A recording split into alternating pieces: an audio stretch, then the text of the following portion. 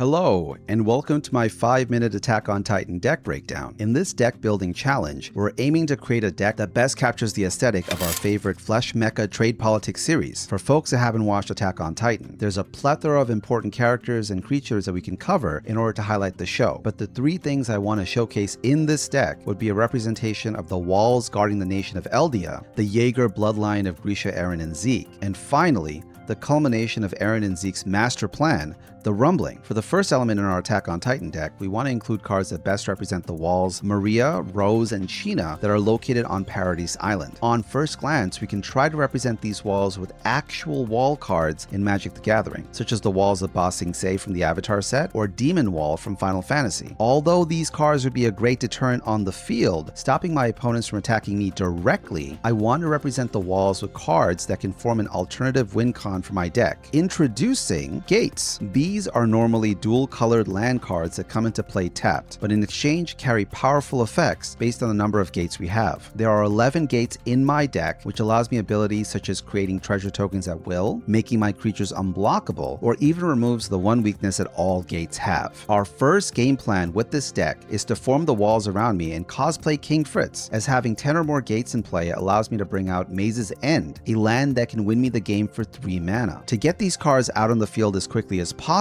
Crucible of Worlds variants such as Ice-Hill Explorer or Walk-in Closet can allow me to mill these lands and play from my graveyard. Gate-specific ramp cards can easily fetch these cards from my library, but the card that is going to accelerate my gate summoning strategy is the progenitor of the Jaeger clan himself, Grisha Jaeger. This card is a proxy of 9 Fingers Keen, which lets me scry 9 cards off the top of my library whenever he deals combat damage to a player. After we scry, we can put a gate onto the battlefield, but if we control 9 or more gates, we can instead draw the 9 cards.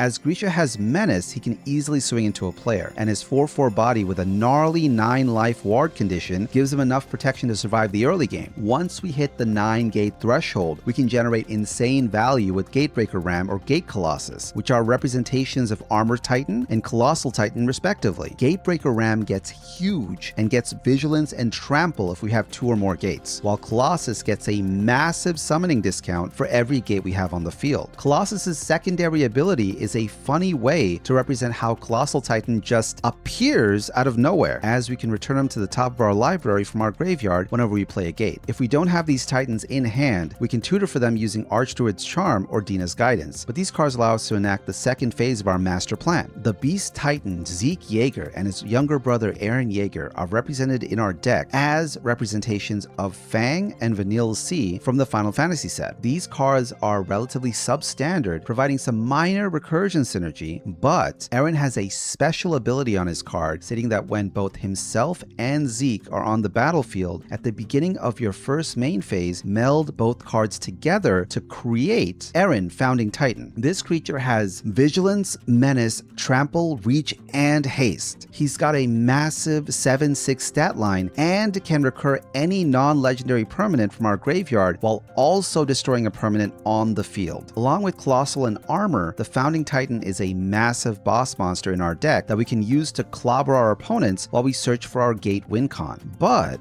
in the show, the Founding Titan kicked off the Rumbling, an event where all of the Colossal Titans that formed the 3 walls of Eldia were unleashed on the world. For our final win condition, our plan is to reenact the Rumbling by turning all of our gates into massive creatures. March from Velis Vel is a sorcery that allows me to choose a non-basic land type. When we do, each land of that type becomes a copy of target creature I control until end of turn. With 10 non-basic gates in this deck, we can use March of Velis Vel along with Gatebreaker Ram or poetically Gate Colossus in order to turn every single gate into a gigantic Titan overrunning the battlefield. So do you think this deck captured the essence of Attack on Titan? Are there any cards you think would be better suited to make this deck work more effectively? Let me know. Also, thank you for watching this video. What should the next anime be that I cover? Let me know in the comments. Stay tuned, more to come.